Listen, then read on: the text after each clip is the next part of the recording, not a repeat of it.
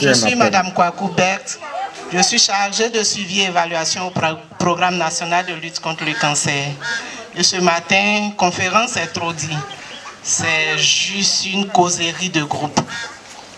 Nous allons partager une information, l'information selon laquelle le cancer peut se guérir. Il suffit de le dépister tout. Alors, ce matin, je vais vous entretenir sur 2 cancers. Les 2 cancers les plus prévalents chez la femme. Les plus prévalents, ça veut dire qu'on a beaucoup de cas de ces cancers-là chez les femmes. Non seulement on a beaucoup de cas, mais ces cas-là occasionnent beaucoup de décès dans la gente féminine. Et comme le mois d'octobre est dédié au mois de la lutte contre le cancer du sein, alors honneur au cancer du sein, nous allons commencer par le cancer du sein.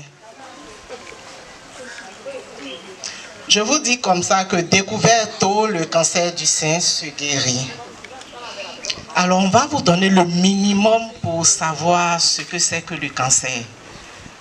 Dans une causerie de groupe, moi je fais la santé publique, on ne va pas aller dans les termes trop techniques. Comment faire pour se faire comprendre, c'est le plus important. Alors on y va. Je dirais comme ça qu'en SVT, nos enseignants nous ont dit que la plus petite partie du corps, c'est une cellule. Un être humain peut contenir environ 100 000 milliards de cellules. Et ces cellules-là s'organisent en tissus. On a le tissu épithélial, le tissu osseux et j'en passe. Et ces tissus s'organisent en organes. L'ensemble de ces organes-là, c'est ce qui forme l'organisme. Alors ces cellules-là ont des noyaux. Et dans leur noyau, on appelle un contenu génétique, l'information génétique. Ça veut dire que ce qui est dedans, qui fait que quand elle va faire naître d'autres cellules-là, elle va se reproduire de la même manière. C'est ce qui est l'information génétique. Alors la cellule, elle naît, elle meurt et en mourant, elle donne naissance à de nouvelles cellules. Et tout cela contribue au renouvellement des cellules et puis au bon fonctionnement de l'organisme. Mais tout ne se passe pas bien tout le temps. À force d'agression, on est agressé par quoi? Les virus, la pollution même atmosphérique, notre propre alimentation, le tabac, l'alcool, la génétique aussi. Il y en a qui ont ça par la naissance. Toutes ces agressions-là vont aller jusqu'à l'intérieur de la cellule, s'attaquer à l'information génétique qui est dans la cellule, dans le noyau de la cellule. Et quand cette information-là est attaquée, elle est modifiée, alors la cellule n'est plus normale. Elle va produire des cellules qui ne sont pas non plus normales, identiques à elle. Vous comprenez un peu le système? Voilà. Elle est anormale, pourquoi? Cette cellule-là, elle devient immortelle. Elle se multiplie comme elle veut. Elle ne respecte plus les fonctions pour lesquelles elle est née. Si c'est une cellule du sein qui doit produire du lait, elle devient rebelle. Elle ne produit plus de lait. Elle se nourrit de tout ce qu'elle a autour d'elle. Elle peut même créer son propre système d'irrigation. Ça veut dire elle crée des veines où le sang quitte pour la rejoindre ou bien elle passe par là pour rejoindre le système normal, le système sanguin normal. Et ces cellules-là, nous les appelons les cellules anormales. La cellule va se multiplier beaucoup de fois. Elle se multiplie, elle se multiplie. Et elle forme une boule. En cancérologie, on appelle la boule la tumeur maligne. On dit maligne parce qu'il y a des tumeurs bénignes, des boules qu'on peut enlever sans problème. Mais dans le cancer, on dit tumeur maligne.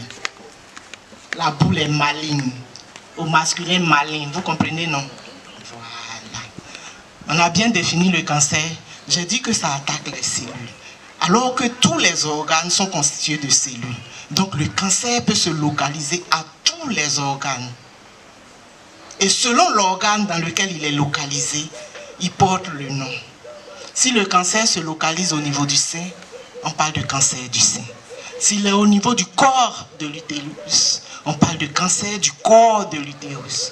S'il est au niveau du col de l'utérus, on parle de cancer du col de l'utérus. Au niveau de la prostate, on dira le cancer de la prostate.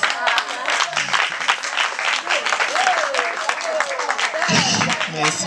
Alors le cancer, qu'est-ce que c'est? Je n'ai pas bien défini le cancer. Vous avez bien compris? C'est le col de l'utérus, c'est le col de l'utérus. On va y arriver, ne vous pressez pas. Même si elle dit de me poser beaucoup de questions, attendez un peu. D'accord. Et c'est une maladie, telle que je l'ai dit, elle évolue lentement.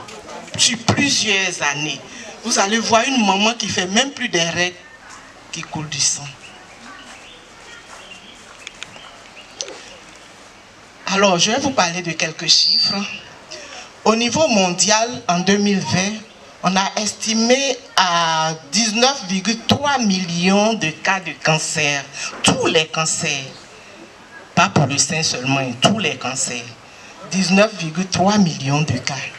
Et parmi ces 19,3 millions-là, il y a eu 10 millions de décès par cancer, tout type de cancer. En Côte d'Ivoire, la même année, on a totalisé 17 300 cas de cancer, tout type confondu. Et parmi ces 17 300 cas, on a compté 11 760 décès. C'est pas grave ça. Alors c'est un problème de santé publique. Ça nous interpelle tous. Nous passons maintenant au cancer du sein. Il est le premier cancer. Ah, c'est pas premier de l'école primaire où on dit tu es premier et puis on applaudit là. Dans le cancer de sein, lui son premier là, on dirait que c'est mauvais. Il est le premier cancer le plus mortel et puis le plus fréquent. Non seulement chez tout le monde, c'est-à-dire homme comme femme, mais chez la femme. C'est le premier cancer. Alors, dans le monde en 2020, on a totalisé 2,3 millions de cas par an. Et sur ces 2,3 millions de cas de cancer de sein, il y a eu 685 000 décès. Chez nous, ici en Côte d'Ivoire, on a totalisé 3 306 cas de cancer de sein. Et parmi ces 3 306 cas, il y a eu 1785 décès. Plus de la moitié. C'est pas grave ça. C'est pas pour vous effrayer, c'est juste pour vous interpeller, pour qu'ensemble nous puissions mener la lutte contre le cancer du sein. Alors, où est-ce qu'il se localise ce cancer-là? La boule peut commencer au niveau des lobules, c'est-à-dire dans l'usine de fabrication du lait là. Ça peut commencer là-bas. Tout comme ça peut commencer au niveau des canaux. Le tuyau où le lait circule pour venir jusqu'au bout du sein là. Le cancer peut commencer là-bas. Alors, quel que soit le lieu où il va commencer, il va s'étendre à tout le sein. J'ai parlé de multiplication de cellules. Donc, au fur du temps, la boule va s'épaissir jusqu'à ce qu'on puisse se rendre compte qu'il y a une. Dans le cancer, on ne parle pas de cause. Dans le cancer du sein, on ne parle pas de cause. Jusque-là, les chercheurs n'ont pas encore dit qu'il y a tel truc qui donne le cancer du sein. Non, pas encore. On parle plutôt de facteurs de risque. Et nous sommes toutes exposés. Et ce n'est pas parce que tu as le facteur de risque que tu fais forcément la maladie. Ça aussi, il faut le comprendre. Alors, le premier facteur de risque de faire un cancer de sein, c'est le sexe. Malheureusement, nous sommes des femmes. Donc, nous sommes déjà exposés au cancer du sein. 99% des femmes font le cancer du sein. Mais c'est le lieu de le dire pour nos braves hommes. Il y a 1% d'hommes qui font le cancer du sein. Donc, vous n'êtes pas épargnés. Alors, le sexe et puis l'âge aussi. J'ai dit que la cellule, elle est agressée. C'est une maladie qui est progressive. Donc, ce n'est pas une seule agression d'un virus qui va faire que le cancer va apparaître. Non, il faut beaucoup d'agressions pour que la cellule devienne anormale. Donc, le nombre d'années compte. elle est progressive, elle évolue. Tu fais une hépatite B, après tu fais hépatite encore, après tu fais une autre infection. Tout ça là, ça contribue à l'agression de la cellule. Donc l'âge intervient au niveau du cancer, même si de plus en plus de jeunes font le cancer. Le contexte génétique. Tu entendras en consultation des femmes dire « Ma maman est décédée de cancer. J'ai une tante, j'ai une soeur, j'ai une cousine qui a eu le cancer. » Pour ces femmes-là, on demande d'être vigilantes parce qu'elles aussi courent le risque de faire le cancer du sein. Le contexte hormonal. Alors, j'ai dit tout à l'heure que 99% des femmes font le cancer. Ce n'est pas notre faute. C'est par la production d'hormones. Et ces hormones-là, on les appelle les oestrogènes. Parce que nous sommes femmes, nous voyons nos règles, nous avons ces hormones-là. Alors nous sommes toutes exposées. Donc celles qui vont voir les règles avant 12 ans, elles seront plus exposées parce qu'elles connaissent ces hormones-là plus tôt. Elles sont beaucoup exposées, longtemps exposées, voilà. Les femmes aussi qui vont perdre leurs règles un peu tard, plus de 50 ans, 55 ans. Le temps d'imprégnation de ces hormones-là est long. Donc on dit que celles qui ont la ménopause tardive constituent aussi un facteur de risque du cancer du sein. Alors les femmes qui ne vont pas du tout faire d'enfants, ces hormones-là restent à leur niveau jusqu'à leur décès. Elles sont beaucoup exposées aussi. Ou celles même qui ont les enfants un peu tard, au-delà de 40 ans. Alors, là j'ai parlé des facteurs de risque qui ne sont pas évitables parce que nous sommes nés comme ça, on ne peut pas éviter. Il y a des facteurs de risque qui sont évitables. Lesquels? La sédentarité. On est assis à la maison, on mange, on dort, on ne bouge pas un peu. Hein? Il faut faire un peu de mouvement. Je n'ai pas dit forcément aller courir. Mais le fait de marcher, aller au marché, revenir, aller aux réunions, balayer la maison, ça aussi c'est des mouvements. Ok. L'obésité. Quand on prend beaucoup de poids, parce qu'on dit que la graisse favorise la production d'estrogènes, les hormones dont j'ai parlé tout de suite, hormones qui font notre problème. Voilà, on dit la graisse, ça favorise leur production, voire même elles peuvent se transformer en estrogènes. L'alimentation riche en graisse, bon, on parle toujours de la même chose. La consommation excessive d'alcool, le tabac, le stress. Le stress même déjà, on dit, c'est la cause de beaucoup de maladies métaboliques. Voilà.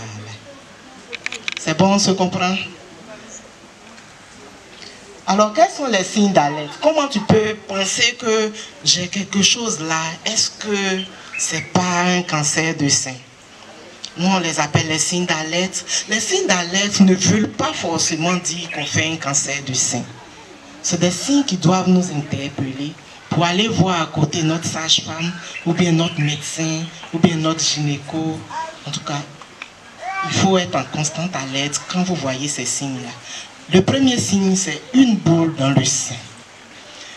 C'est dommage, j'ai toutes ces images-là, mais on ne peut pas voir à cause du temps. Une boule dans le sein. Une boule aussi au niveau des aisselles. Ça doit nous interpeller. Et je l'ai dit, ça ne veut pas forcément dire que c'est un cancer. Mais autant aller en consultation pour demander l'avis du professionnel. C'est bon? Alors, au niveau du bout du sein aussi, on peut voir que la couleur change.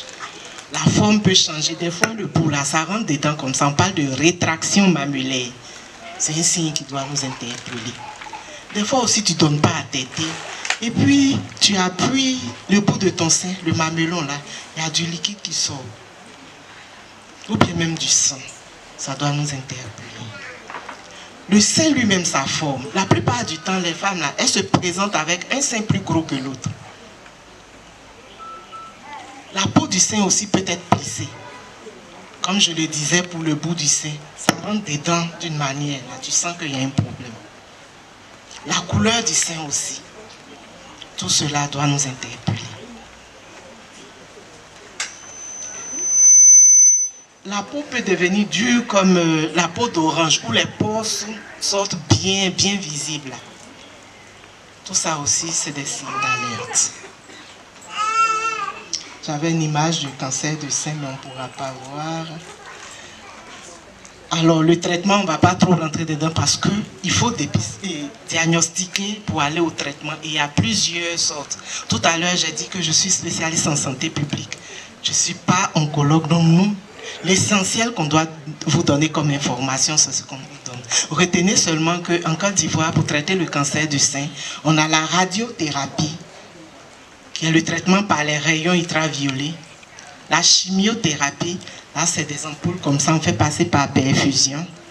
Il y a la thérapie ciblée, c'est les mêmes médicaments qu'on fait passer par perfusion. Mais la différence c'est que la chimiothérapie agit sur tout le corps. Là c'est quand c'est généralisé qu'on l'utilise. Elle agit sur tout le corps et il y a beaucoup d'effets secondaires que souvent les personnes ne supportent pas. Alors la thérapie ciblée, c'est pour les cas qui ne sont pas encore généralisés. Là, les médicaments agissent spécialement au niveau de l'organe qui est attaqué. C'est bon. Voilà. On a aussi l'hormonothérapie. J'ai dit que le cancer est hormonodépendant. Il dépend aussi de nos hormones. Et quand on a ce cas de cancer-là, on utilise l'hormonothérapie pour soigner. Et le traitement par excellence, la chirurgie, où on enlève carrément la boule. Si la boule s'est étendue jusqu'à tout le sein, on enlève carrément le sein. Et tous ces moyens-là sont disponibles en Côte d'Ivoire.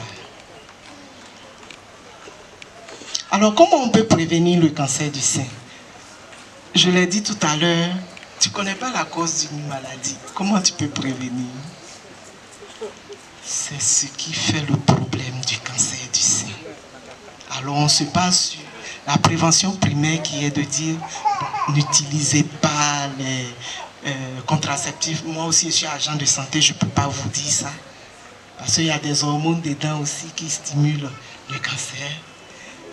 On va vous dire seulement, ne fumez pas, ne buvez pas trop d'alcool, ne mangez pas trop gras, mangez beaucoup de légumes, de noix, elle est découragée. Pratiquez l'allaitement maternel exclusif. Et faites des activités sportives. On conseille 3 heures par semaine. On n'a pas dit les 3 heures en un jour, non, non. Un peu, jusqu'à fin de semaine, totaliser 3 heures d'activité sportive.